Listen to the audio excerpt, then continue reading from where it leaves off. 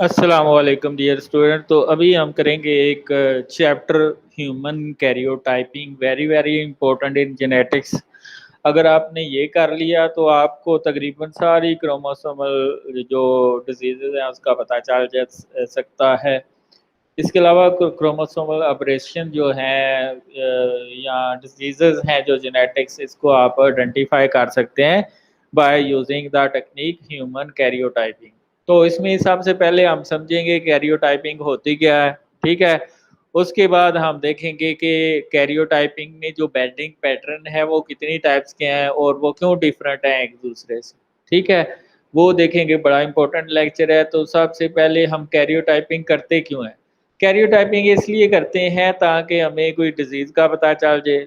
Let's suppose कि ये 21st autosomal chromosome है, अगर ये एक्स्ट्रा है तो ये डाउन सिंड्रोम की तरफ इशारा करेगा, और अगर ये एक्स क्रोमोसोम एक्स्ट्रा है तो ये क्लिनफेल्टर सिंड्रोम की तरफ इशारा करेगा, और अगर ये वाई नहीं है, सिर्फ एक्स है, तो या सिर्फ एक्स क्रोमोसोम है तो ये एक और डिजीज़ है, सिंड्रोम है, और ये उसकी तरफ टर्नर सिंड्रोम उसकी तरफ इशारा करेगा।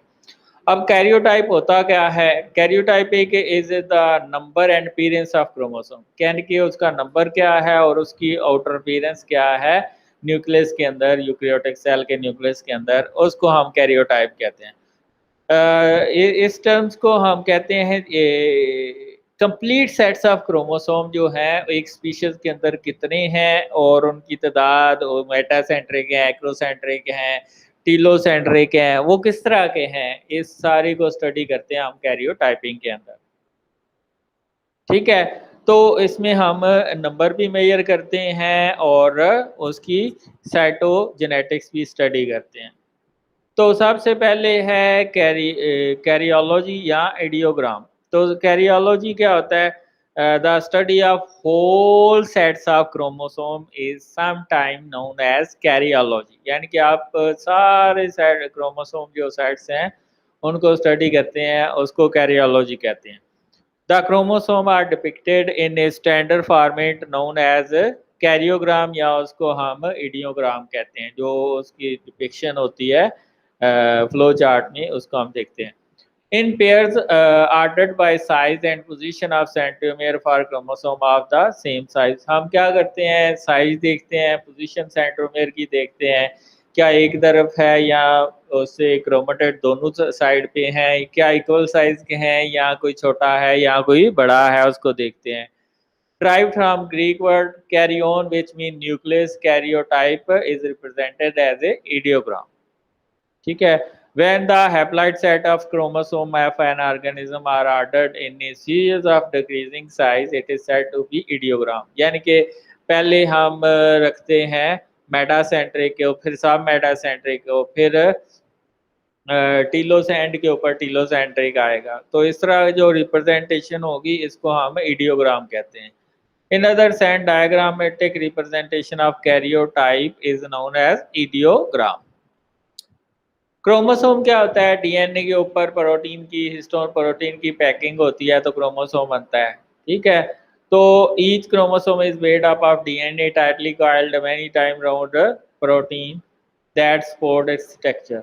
तो आपको पता है डीएनए के ऊपर नेगेटिव चार्ज होता है, हिस्टोन प्रोटीन जो होती है उसके ऊपर पॉजिटिव चार्ज होता है, तो ये टाइटली कॉइल्ड स्ट्रक्चर होता है डीएनए के ऊपर प्रोटीन का, ठीक है? तो वो बनाता है chromosome. Only visible during cell division, ये सिर्फ सेल डिवीजन में हमें पता चलता है। It has specific number in each species. Human के अंदर ये 46 क्रोमोसोम होते हैं, डॉग के अंदर ये 78, और फ्रूट फ्लाइट के अंदर 8 क्रोमोसोम मौजूद होते हैं। तो जो कंस्ट्रिक्टेड रीजन यानी कि अंदर दंसा हुआ रीजन होता है उसको हम सेंट्रोमेयर कहते हैं, और उसके साथ आर्म लगे होते हैं उसको हम क्रोमाटिड कहते हैं। ये आप देखें, ये जो कंस्ट्रिक्टेड रीजन है यानी कि दंसा हुआ रीजन, इसको हम सेंट्रोमेयर कहते हैं, और ये जो ऊपर हार्म्स लगे होते हैं ऊपर और नीचे, इनको हम क्रोमाटिड कहते हैं, ठीक है? और इनके ऊपर लोकस लगे होते हैं, यानी कि लोकस क्या होता है? जीन की लोकेशन को हम कहते हैं। Gene segment of DNA that code for a trait, तो ये क्रोमोसोम है। तो क्रोमोसोम की 4 टाइप्स हैं। मेटासेंट्रिक, जिसमें सेंट्रोमियर के ऊपर और नीचे क्रोमाटिड का साइज़ एक जैसा होता है। सब मेटासेंट्रिक, एक साइड पे क्रोमोसोम जो क्रोमाटिड्स होता है उनका साइज़ कम होता है। तो मेटासेंट्रिक 1 टू 3 क्रोमोसोम होते हैं और 16 टू 20 ह्यूमन्स के अंदर देखें, यानी कि जिनके सेंट्री प्लेस्ड सेंट्रोमियर होता है, ठीक है? सब मेटामेरिक में सेंट्री प्लेस नहीं होता, बल्कि एक के थोड़े क्रोमाटिड छोटे होते हैं और एक के थोड़े से बड़े होते हैं। ये 4 से 12 तक क्रोमोसोम जो ह्यूमन के अंदर होते हैं, ये सब मेटासेंट्रिक। एक्रोसेंट्रिक, एक साइड पे बिल्कुल छोटे और दूसरी साइड पे बहुत बड़े। A chromosome whose centromere is placed very close to but not at one having centromere is severely offset the center, leading to one very long and one very short section। यानी कि एक side पे बहुत long और एक side पे छोटे। ये 13, 15, 21, 22 नंबर क्रोमोसोम है। टीलोसेंट्रिक क्रोमोसोम क्योंकि ह्यूमंस के अंदर नहीं होते, तो इसकी तरफ कंसंट्रेट भी नहीं। टीलोसेंट्रिक होता है, ये माइस के अंदर होते हैं। इसमें क्रोमाटिड एक ही साइड पे होते हैं। Having centromere at very end, एक ही तरफ of chromosome. Human do not have this type of chromosome but found in other species like mice. तो ये आप देखें, ये मेट्रासेंट्रिक है। दोनों साइड में जो क्रोमाटिड्स हैं उनकी जो है लेंथ सेम है। इसमें थोड़ा-सा छोटा है एक साइड पे। इसमें एक साइड पे जो क्रोमाटिड है वो बड़ा होता है, एक में बहुत छोटा होता है। और टीलोसेंट्रिक में क्या होता है, ये एक साइड पे ही सिर्फ़ क्रोमाटिड्स होते हैं। एक्रोसेंट्रिक में क्या होता है, एक बहुत छोटा क्रोमाटिड, एक बड़ा। एक और टर्म होती है डाइसेंट्रिक, जिसमें 2 सेंट्रोमेयर होते हैं, और एसेंट्रिक जिसमें सेंट्रोमेयर नहीं होता। डाइसेंट्रिक किस तरह, अगर आप इसको ब्रेक कर दें क्रोमोसोम को और इनको फ्यूज़ कर दें, तो इस तरह ये 2 सेंट्रोमियर इनके अंदर डबल सेंट्रोमियर कैरेक्टरिस्टिक आ जाएँगे, तो इसको हम डाइसेंट्रिक क्रोमोसोम कहेंगे। तो मेटासेंट्रिक क्रोमोसोम ह्यूमन के अंदर 9 हैं, सब सेंट्रिक 10 हैं और एक्रोसेंट्रिक 5 हैं। ये 24 बन गए हैं, होते 23 हैं। इसलिए क्योंकि एक एक्स होता है और एक वाई होता है। एक्स जो होता है वो मेटासेंट्रिक होता है, इसलिए 24 बन रहे हैं। There are no telocentric chromosome in humans. ये आप देखें, ये मेटासेंट्रिक है 1, 2, 3 और 16, 17, 18, 19, 20 और एक्स क्रोमोसोम। ये 10 क्रोमोसोम ऐसे हैं जो कि मेटासेंट्रिक है। ये सब मेटासेंट्रिक है, ठीक है? तो सब मेटासेंट्रिक क्रोमोसोम 10 हैं, ठीक है? ये 10 हैं, 1, 2, 3, 4, 5, 6, 7, 8, 9 और एक ये वाई क्रोमोसोम 10, ठीक है? और आपके जो एक्रोसेंट्रिक हैं ये 5 हैं, 3 ये और 2 21 और 22 नंबर वाला। ये टीलोसेंट्रिक है, एक साइड का क्रोमाटिड बड़ा और दूसरे साइड का छोटा। क्रोमोसोम को कैरियोटाइप के लिए तैयार कैसे करते हैं? तो सबसे पहले आप ब्लड निकालते हैं 10 से 20 ml, उसको आप ट्यूब के अंदर डाल देते हैं। Add drop of blood into, ये ट्यूब के अंदर जो प्लास्टिक होता है उसके ऊपर लगा देते हैं। फिर उसके ऊपर एक सॉल्यूशन डाल देते हैं, जिसको फाइटो हेमोग्लूटिनिन कहते हैं। फाइटो हेमोग्लूटिनिन का क्या काम होता है? ये माइटोसिस को तेज़ कर देता है, ठीक है? फिर उसको इंक्यूबेट कर देते हैं 37 डिग्री सेंटीग्रेड पे 3 दिन के लिए। फिर 3 दिन के बाद आप उसके अंदर एक कोल्सीमेट का सॉल्यूशन डाल देते हैं, जो माइटोसिस को स्टॉप कर देता है मेटाफेज़ के ऊपर। मेटाफेज़ के ऊपर स्टॉप करना इसलिए ज़रूरी होता है, इसमें क्रोमोसोम बड़ा विज़िबल होता है। फिर आपने ट्यूब के अंदर ये सेल ट्रांसफ़र कर देना है, सेंट्रीफ्यूज करना है, उसमें लो आयनिंग स्ट्रेंथ का बफर डाल के।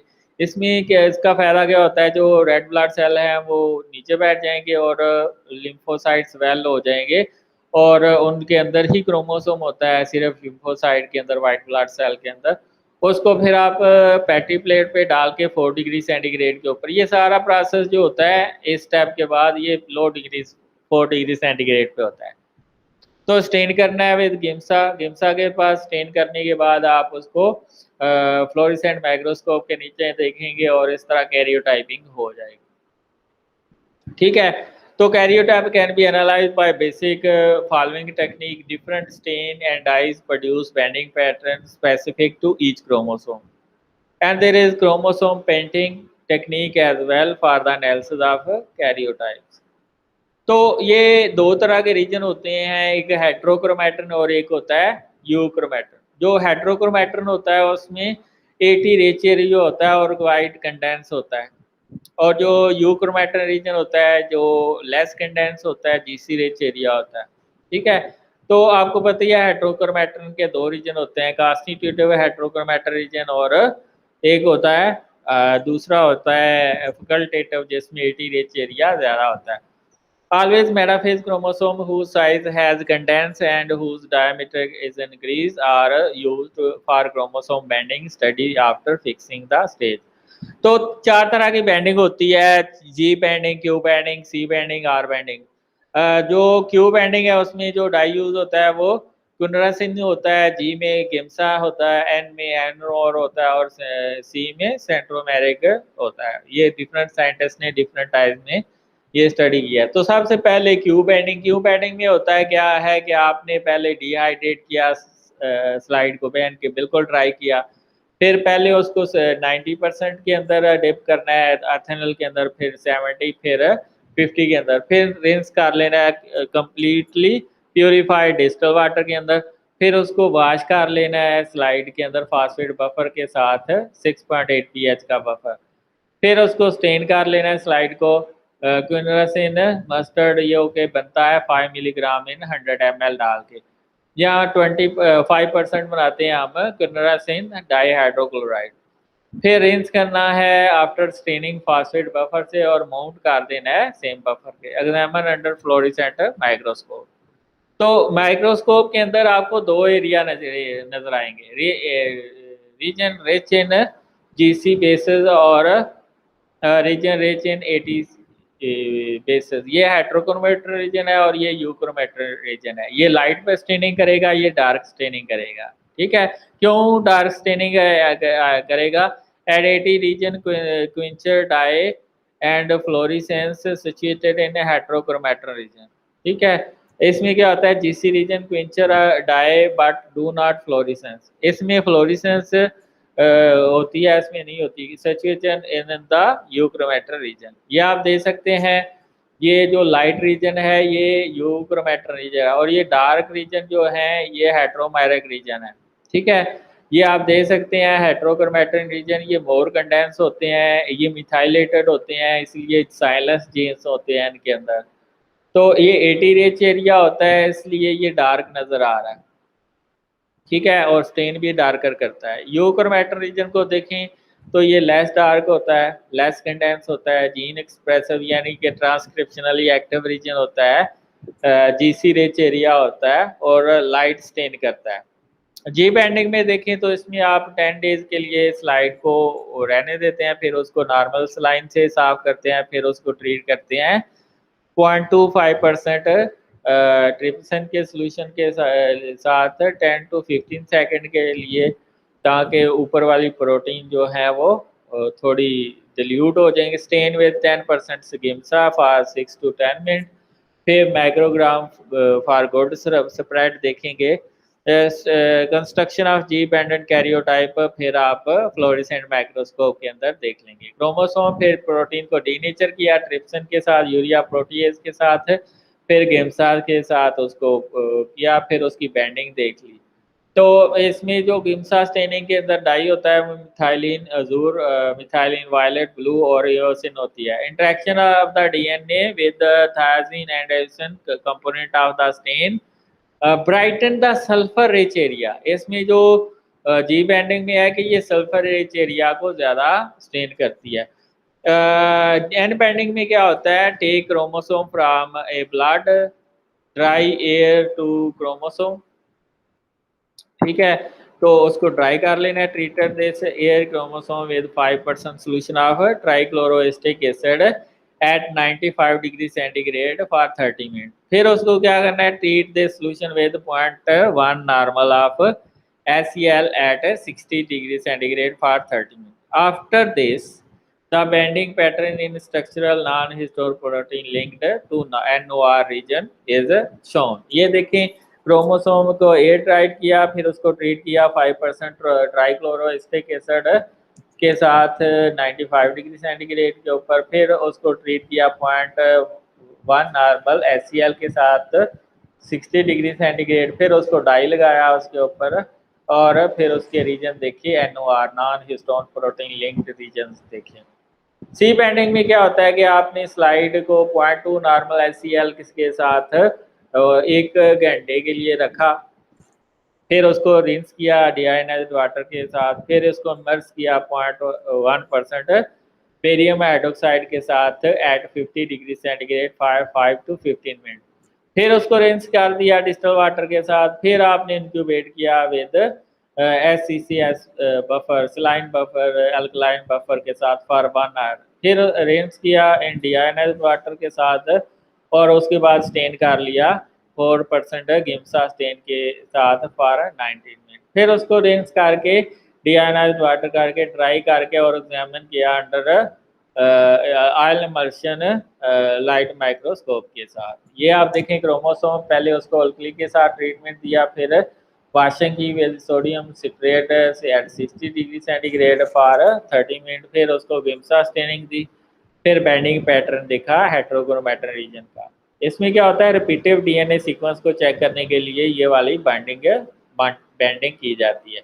सबसे जो ज़्यादा यूज होने वाली बेंडिंग टेक्निक है वो क्रोमोसोम पेंटिंग है। वो क्या है? क्रोमोसोम पेंटिंग है। New technique using fluorescent dyes generate unique pattern for each chromosome. Chromosome painting refer to the hybridization of fluorescently labeled chromosome specific tags use किए जाते हैं जो फ्लोरेसेंस करते हैं, और क्रोमोसोम की पिक्चर बड़ी खूबसूरत होती है मेटाफेज के ऊपर। Chromosome painting allows the visualization of individual chromosome in a metaphase or interphase cells, the identification of both numerical and structural chromosome aberration in human pathology with high sensitivity and high specificity will be seen। यानी कि इसकी specificity भी ज़्यादा है, sensitivity भी ज़्यादा है। Specificity क्या होती है कि सिर्फ टारगेट को जाके हिट करती है, और सेंसिटिविटी अगर क्रोमोसोम कम भी है तब भी ये बड़ा अच्छा रिजल्ट देती है। तो ये आप दे सकते हैं, अगर 21st क्रोमोसोम ज़्यादा है तो ये डाउन सिंड्रोम की तरफ इशारा करेगा। इन्फॉर्मेशन ऑब्टेन फ्रॉम कैरियोटाइपिंग, इसमें हमें पता चलता है कि नंबर ऑफ क्रोमोसोम कितने हैं, 22 हैं, 23 हैं, 24 हैं, 26 हैं, 80 हैं। सेक्स क्रोमोसोम कंटेंट कितनी है, इसमें XY है या XX है। प्रेजेंस और एब्सेंस ऑफ इंडिविजुअल क्रोमोसोम, क्या कोई क्रोमोसोम एब्सेंट तो नहीं या ज़्यादा तो नहीं आ गया। Natural and extent of large structural abnormality, ये भी हम देखते हैं इसके अंदर। Major uses of karyotyping in important test, any nucleus can be use to make a karyotype. इसमें लिम्फोसाइट हो सकता है, स्किन सेल हो सकता है, ट्यूमर सेल होता है, सैम्पलिंग सेल बिफोर बर्थ, यानी कि न्यूनेटल यानी कि बर्थ फीटस की आपने अगर सैम्पलिंग करनी है तो एमनियो सेंटेसिस करते हैं या कोरियोनिक विलस सैम्पलिंग करते हैं। तो सबसे पहले एमनियो सेंटेसिस है, इसमें क्या करते हैं हम, ये देखें आप, अल्ट्रासाउंड के नीचे एक sterile needle inserted through the abdominal wall into the amniotic sac. ये एमनियोटिक सैक है, इसके अंदर नीडल इंसर्ट की और वहाँ से सैंपल आपने विड्रा किया विद नीडल, और amniotic fluid contain fetal cells which are separated from the amniotic fluid. वो फीटल सेल आपने लैदा करने हैं, ग्रो करा लेने हैं, कल्चर कर लेने हैं। कल्चर करने के बाद उसको आप कैरियोटाइपिंग की यूज़ की कर सकते हैं, पेंटिंग भी कर सकते हैं, और उसकी डीएनए सीक्वेंसिंग भी कर सकते हैं for haemophilia and cystic fibrosis. Chorionic villus sampling किस तरह करते हैं? सबसे पहले आप कोरियोनिक विलाई से सैंपल लेते हैं। इसमें क्या होता है, ultrasound use to determine the position of fetus in the uterus. अगर आपने कहीं और तरफ कहीं और जगह पे इंजेक्ट कर दिया तो मिसकैरेज का और इन्फेक्शन का चांस ज़्यादा होगा। Needle inserted through the abdomen and uterine wall, needle inserted through the cervix into the uterus. दो वे हैं, extraction of a piece of the chorionic villus sample cell used in karyotyping। इसमें risk क्या है, miscarriage क्या risk है, और infection का risk है। बेनिफिट और इसके लिमिटेशन क्या है कोरियोनिक विलेज सैम्पलिंग और एमनियोसेंटेसिस के। Able to example babies chromosome diagnosis में प्रोवाइड यस और नो कि क्या इसको कोई ऑपरेशन है या नहीं है। Can be use to test for other genetic disorder. Limitation क्या है, इन्वेसिव प्रोसीजर है, रिस्क फॉर मिसकैरेज है इसके अंदर। टाइमिंग इसमें 10 to 13 आवर्स है इसमें, सॉरी 10 to 13 वीक्स हैं, और ये 15 to 22 वीक्स हैं।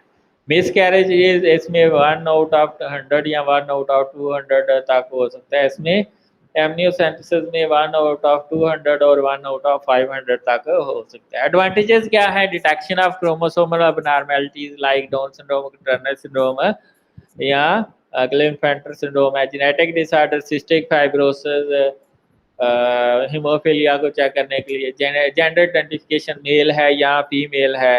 अगर एक्स एक्सेस होंगे तो फीमेल होगी, अगर एक्स वाई होंगे तो मेल होगा। Identify loss and addition of chromosome, क्या कोई एक्स्ट्रा तो नहीं आ गया या कोई कम तो नहीं आ गया। Pre birth diagnosis of genetic diseases like cystic fibrosis हो गया, और दूसरी disease identification of chromosomal number in different organism, मसलन ह्यूमन में 46 हैं, ठीक है।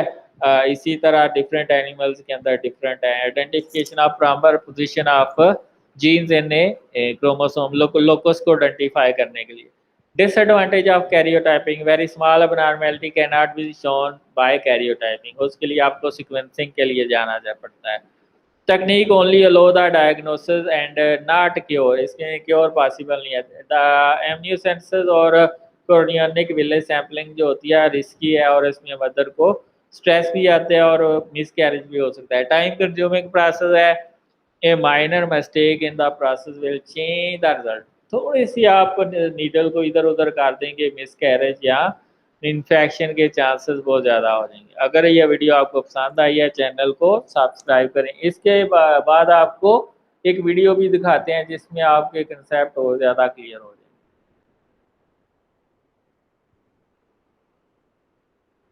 तो इस वीडियो में आप देख सकते हैं कि किस तरह आप सैम्पलिंग कर सकते हैं, सैंपल किस जगह से ले सकते हैं, ठीक है। ये आपको दिखाया जाएगा। आप ब्लड लेते हैं, ब्लड में वाइट ब्लड सेल होते हैं, या एमनियोटिक फ्लूइड ले सकते हैं, या कोरियोनिक विलेज सैम्पलिंग कर सकते हैं, और इससे क्रोमोसोम ऑपरेशन बेंडिंग के जरिए। आजकल पेंटिंग यानी कि उसमें टैग यूज़ किए जाते हैं क्रोमोसोम, तो वो सबसे अच्छी टेक्निक है, ठीक है। तो इसमें आप ये फ्लोरेसेंट माइक्रोस्कोप यूज़ करते हैं मोस्टली केसेस में क्रोमोसोमल ऑपरेशन को चेक करने के लिए, ठीक है। तो क्या कोई अल्ट्रेशन आई हुई है या स्ट्रक्चरल अल्ट्रेशन आई हुई है, उसको चेक करने के लिए हम कैरियोटाइपिंग करते हैं, ठीक है। तो ये 46 क्रोमोसोम होते हैं ह्यूमंस के अंदर।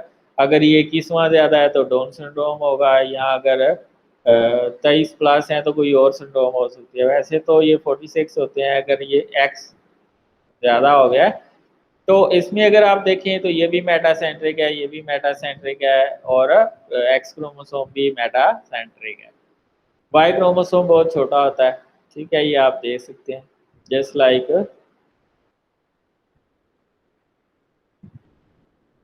ये डाउन सिंड्रोम में 3 क्रोमोसोम, जो 21वां क्रोमोसोम होता है वो ज़्यादा होता है, ठीक है।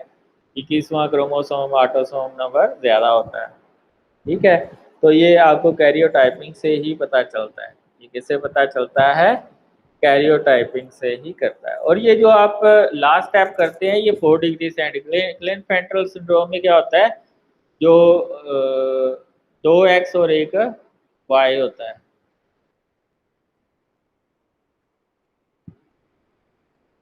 ठीक है। और टर्नर सिंड्रोम में क्या होता है, absence of the x chromosome. X chromosome होता ही नहीं, सिर्फ वाई क्रोमोसोम होता है। नहीं सॉरी, सिर्फ एक एक्स क्रोमोसोम होता है। तो स्ट्रक्चरल अल्टरेशन देखते हैं कि क्या कहीं किसी क्रोमोसोम में कोई मिसिंग पार्ट तो नहीं है, वो भी आप चेक करते हैं इसके ज़रिए, ठीक है। डुप्लीकेशन और एब्सेंस ऑफ कोई जेनेटिक मटेरियल तो नहीं हुआ जिसकी वजह से आगे अबनॉर्मैलिटी आने का चांस है।